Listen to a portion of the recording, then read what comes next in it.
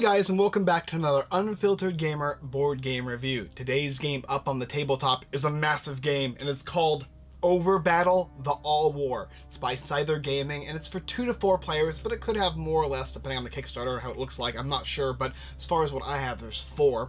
And the 4 characters you can play as are the Sin, the Tarabrites, this is the Sin here, this is the Tarabrites, you have the Metarians, which are these guys, and then the Glacians, I think is what they're called. This is a war game in which you're going to be playing in space. You're going to have different types of units such as like scouts and mechs, and then you're going to have bombers and other kinds of things that fly around the world. You're going to start with either a moon and a planet, or a moon depending on the character you choose. There's one unique character, which is the Sin over here, this guy here. He is actually basically a refugee, or his whole entire race is refugees, and they're basically going to be working with you in this war game if this character is chosen until a certain point in the game where they become at war with you, so they kind of build and build. There's an entire story that is attached to this game, and it also pays heed or acknowledges the old classic style war games. It's going to have this 3D thing here that shows you how you can battle. It also will have this table topper, which is going to have a battle situation on it where you can move up and down based on how you're fighting and whatnot. Each character or each race is going to have a ton of different units, and you'll be building your army based on a point system at the beginning of the game, and as well as at the end of every round, the beginning, you'll be also choosing units to place into your different areas that you control, thusly accumulating more points and more victory points, all that good stuff throughout the entire game. There is going to be a little player boards here which you're going to utilize that are going to have the expenses and all that on the back, and it tells you your specific units and specific combat specifications as well. And of course there's this whole placement, the thing that happens at the very beginning. This is a very thick game, has a lot of stuff to it, but it's not overly complex actually, which is what I'm going to show you down below once we finish this up. Everything that's in the game, then I'll go and give you an overview. I probably won't be doing turns because this game has a long, lengthy aspect as far as turns go, but I'll give you an idea of how it functions, and then we'll come up and we'll do a review. So let's go down and show you everything involved in this game, all the components, everything you can get in OverBattle: The All War by Scyther Gaming. I think you'll be pretty impressed. So here we have OverBattle: The All War and everything included, and as you can see, this thing is huge. Before we start going on, this is like this tabletopper thing, so if you have one of those tabletopper tables, this is actually going to be the exact size you would need to place it on. If I said that wrong, I'll put it down below and you can go ahead and check it out and see what it's for. But anyway, this is the game. There's a lot of stuff going on. It's a war game. It's massive. It has different colors and all that kind of stuff, but let's go ahead and show you what we got here. So we have a tiered battle system here. On the side of the board over here is going to be a normal battle system, and of course I have mats as well, which you can put together depending on how big the game is going to be. This is a rather large one. This plays up to 4 players here, and as you can see, I already have one of the factions out. In the game, there's certain phases. The first phase is going to be the setup phase, in which you're going to be having players roll for initiative, and if you're playing with the Sin player, depending on the number of players, he's always going to get last on initiative. When you're playing 2 players, it's a 1 versus 1. When you're playing 3, you can do 1 versus 1 versus 1, or 1v1 and then the Sin, and finally the Sin is always included in a 4-player game. The beginning, like I said, you roll for your initiative, and then after that you're going to be selecting a planet and a moon. After you select a planet and a moon, the Sin player will go ahead and select his moon, I believe, and then after that, if not, it's the next phase. After that, you're going to go ahead and roll again, and you're going to get planet and a moon as well. There's 2 types of planets. There's the standard planets, and then there's the larger planets. You're always going to have the first planet you choose is always going to be your home world, and the larger ones are just going to be ones you're going to be placing on the map to make the map have more presence, more different planets and whatnot. The Sin player will have that one moon that's actually going to be his little home world. Otherwise, everybody's going to have a standard planet as their home world. After that, and I've got to watch and make sure I'm doing all this right here, you're then going to be able to place. You're going to be rolling for initiative as well, placing down certain things, as well as everybody's going to get 2 of these asteroid thingamajiggers, and you're going to be placing down around the world, basically however you would like to do so. After everybody places, that Sin player will also get to place down his planet, and then everybody's going to be able to place their starting units. These little boards here you're going to get, these little like hidden screens, are going to give you a basic starting units. Most characters are going to get get the same starting units, except for the Sin, they'll be getting something different. They'll be getting 2 commanders, 5 infantry, a transport, and a shipyard. And the reason they get a shipyard is because they're only able to build smaller things, because they're basically like refugees. Everybody else will get their basic starting units, and they'll place it on their home world. And after that, everyone will then get a certain amount of points. I believe it's about 200 points for the larger the ships, like the spaceships and whatnot, and then for the infantry it's 150. And after that, you're going to then start placing around the board 5 at a time. Now, the starting units for the Sin is interesting as well. He's going to get one of his characters here, along with his shipyard here that goes around this area here. There's some rules as far as placing planets goes. You have to have your moon connected to a planet. You can't be attaching certain pieces and whatnot. And the board actually kind of shows you how it's supposed to function, just on the little graph-like areas here. Everybody has their starting planets, but also these Sin players are going to get to place one of their units in each of the players' home worlds as well, because they're with you. They're working with you, at least for the time being, right? And everybody's going to be placing 5 units at a time. And on this little board here is nice. It's going to tell you the cost of the unit, which is right here in green, and whether you can buy it or not. So, for instance, the Sin only has a shipyard, and shipyards say they're orange. The space stations say they are purple, and so you can pick up units based on the colors you have. Gray is going to be the infantry-style units. Those are the ones that you can go ahead and place on your planets. Otherwise, you're going to be feeling free to place on any territories you want, other than players' homeworlds, and of course the Sin Moon homeworld. The only rule is you can only have half of a planet in control. You can only take half of the spaces on a planet, no more than that for just the starting aspect of the game. Once everybody has placed, you're going to do something called the conflict, in which if players want to resolve anything, because they can place in the same space as another player, you can choose to do combat, or one of the players can choose to run away. Then you're going to go ahead and roll for initiative again, and players will take turns. Taking turns is pretty simple. The first thing you're going to be doing is moving your units around the board here, trying to choosing combat first. You're going to be like, I'm going to attack here, I'm going to attack here, I'm going to attack here. After that, the Sin player, after he knows where you're going to be attacking, the Sin player will then go ahead and start moving his units around your board, utilizing these little tokens of their color to gain points, because points are important. They're what's going to give you more units during the recruitment phase after the turn.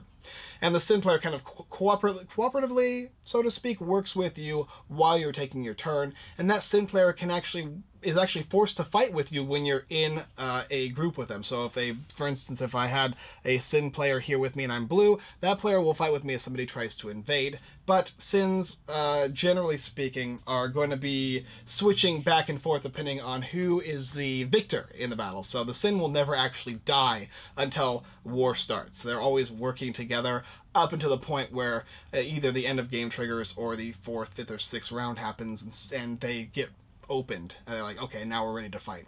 Nevertheless, after you choose your combat, and the Sin players can place their spaces around, moving their characters around based on their movement, changing how many points they can get on the turn. Players will then be able to do non-combat movements. They're going to be able to go around and select spaces on the board that are unoccupied by other things. So, for instance, maybe I have one of these ships here. He has a certain movement, and it tells you on this board. This tells you everything you need to know. It's going to tell you the cost. It's going to tell you the defensive attack, the defense you need to roll, the attack you need to roll, tell you how many spaces it can move, and then whether it can move in space or on the ground. There's a couple other rules as far as how ship goes. Some of these small ones will actually cloak each other and whatnot, but you'll be able to move them for non-combat. And then you're going to tally up your score. So, for instance, here, if we look at the blue character, he has actually all control of this and all control of this. So he'd get 10, 20, 30, 40, 50, 60, 70, 80, so on and so forth. Okay, 100 points. And then he can go ahead, while the next player's taking their turn, he's going to write down his points. He's going to start collecting units, and then he's going to go ahead and place them down. And then the next player is going to be doing that at the same time while he's doing that. And you're going to be just doing an all-out war game. People are going to be moving around different spaces and whatnot, dealing with each other. After, I think, the 3rd round, it's possible that the Sin player will have to roll a die, and if he rolls a poor number, he actually will have to start going to war with people, and if he does that, players are going to start kicking him off the planets and whatnot. If not, it can go to 4th and 5th and 6th turn. The only other way is if a player happens to gain one of the victory conditions, which is to take control, have your own base and your moon, and then take control of another player's base or moon. And as soon as that happens, that's when the Sin player instantly goes to war. But another interesting thing here is, in order to win the game, you'll have to have that space for an entire round, which is actually more challenging than you think. Just getting one space on a player's home world is very, very difficult, but that's what it takes to win the game OverBattle, the All War. Battles take place on this board here and on the map below, and certain units will tell you which ones are going to be utilizing this thing here. This one here is the Destroyer, and it'll tell you it utilizes this. Although it's very simple. When you attack with a unit, you're going to be simply rolling a die and hopefully getting that number or lower. So this carrier needs a 4 or lower to do a damage. And, okay, and the bomber here, it needs a 2 or lower for a defense, or 8 and 8 for doing attacks. So it's pretty cool because I think they're like 12-sided dies. Yeah, they're 12-sided dies over there. And the higher the number, the easier it is likely that you're going to be able to roll an attack. A single damage is a damage. It does it to any unit. It doesn't matter. You get to choose the unit. When you take, if you have 3 of these units and one of these guys here, and you take a damage, you can choose any of these guys to go, and they're actually placed on the board for combat and whatnot. And both players will have the chance to go back and forth with each other. Then they can choose to run away, one of them, or continue battling, and it can go on like that. Very, very simple how combat actually works in this game. And that's pretty much it. There's a couple little interesting caveats as far as the fact that there are shield tokens that are going to go down here for each of the starting players. Every player is going to get one of their soldiers on their planet, as well as one over here on their moon, and then they're going to get a generator and one of these ion cannons. Additionally, these tokens here. Now, there's a certain rule about ships. So, for instance, let's say there's 8 of these guys here, and these guys are, looks like, oh, what are they? They look like they're, maybe not on this side, maybe on the other side. I don't know, they're on here somewhere, but there's only 8 of them. Oh, they're the destroyers. There's 8 of them. So you can have as many units as you want of destroyers, and you're going to be utilizing these tokens. There's 1s and 5 counts, but you can only have a certain amount of fleets. So you can only have 8 fleets of these guys here. So you'll be utilizing tokens underneath them to represent more units if you need to. The final thing down here is just shields, and that's pretty much the game. Players are just going to be going around in circles up until the point the Sin player is no longer the passive nice refugee and turns against everybody and tries to take over the world based on the fact that he's everywhere, right? And players have to constantly watch out for that player as he does certain things around the game board, trying to help as best as possible. And because, like I said before, he cannot die up until the point where war starts. Where he's outed, right? And at that point, that's when his characters die. Otherwise, you're simply going to, if he has some of his fleets, for instance, working in tandem with you. So he's got maybe, I don't know, let's find something useful here. He's got one of these guys out here. And, you got this here, and then the yellow player comes and destroys you here, and now the yellow player is here. He actually will take the Sin player and he can move the character along with him. Now Sin can kind of move away and whatnot, but they can't initiate combat with anybody. They only can help in certain ways. There's also the commanders that the Sin starts with, and those commanders will give you bonuses to rolls and whatnot, but if they die, they're out. Other players will be able to get commanders, but they have to actually work for it. The Sin just gets to kind of start with it, and that's it. That's how you play OverBattle the All War. There's a ton of stuff, I know, but it's actually not as complicated as it seems, I suppose. I was able to explain it to you after going through only playing it twice. I played it 2 times, once when it came here, and once live on a full live stream with Rob, the creator of the game. So hopefully I was able to give you enough information to decide whether or not you want to pick up this game. And now let me tell you what I think about it. So, a little bit of caveats before we get into my review of the game. The first thing is, in this game, the Sin player does get a turn. I don't know if I made that clear enough, and after everybody takes their turn, the initiative is always going to be last for the Sin player, but he does get to take his turn. That's when he's basically going to be placing down units and doing non-combat movement. He's also able to move away from fleets and go join other fleets and whatnot, and he doesn't attack, but he also doesn't get attacked either. The only time that changes is when he comes out. At that point, he then also rolls initiative just like anybody else, and he plays just like anybody else as well. So he's kind of a hidden style faction in the game, which gives it an interesting little twist. Hopefully that was enough information for you in the game. As you can see, there is a ton of components. This is actually all a prototype, and it looks magnificent. I am not a war gamer per se. I do not play war games very often, so take this with however you'd like it, I suppose. But I really enjoyed this game. I played with Callie, I played with Ferdinand the Cardboard Stacker, and of course I played with the creator of the game. We came and he set it all up and he explained it to us. And after that, we jumped back into another game much later, a couple months later, and I was able to remember most of the rules fairly quickly. And not only that, but give you this video soon, right after that. So hopefully that tells you how simple the game actually is. For a game that looks very big and very intimidating, it's not as intimidating as you would actually think. All of these explanations are very nice, these combat specs and whatnot, and then of course it has some really nice illustrations and whatnot. And I'll be very interested to see what the game looks like when it's fully completed. It has nice dice trays, these things. I mean, all the components are great. All of the printed out miniatures are very nice as well.